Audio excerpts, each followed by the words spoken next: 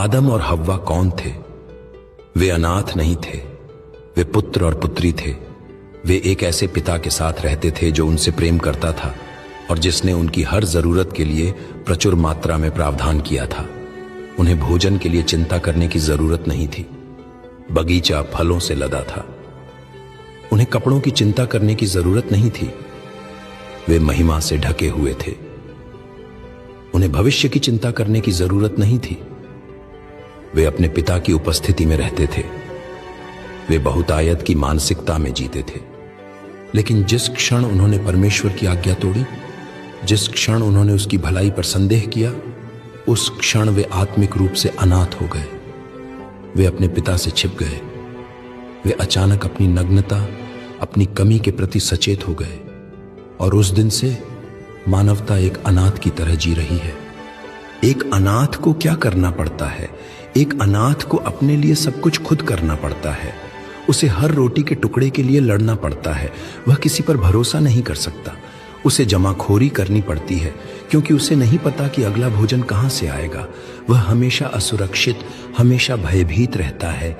यह कमी की मानसिकता है। यह अनाथ की आत्मा है। और यह अनाथ की आत्मा तुम्हें एक और देवता की पूजा करने के लिए प्रेरित करती है। मैंने तुम्हें चेतावनी दी थी, तुम परमेश्वर और धन दोनों की सेवा नहीं कर सकते।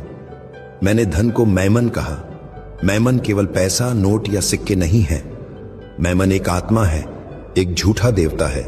यह भौतिकवाद, सुरक्षा और आत्मनिर्भरता का देवता है। मैमन तुमसे क्या वादा करता है?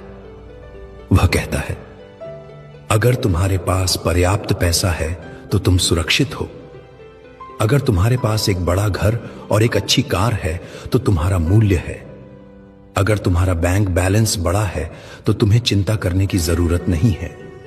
मैमन की पूरी व्यवस्था भरोसे पर नहीं बल्कि दृश्य प्रमाण पर आधारित है।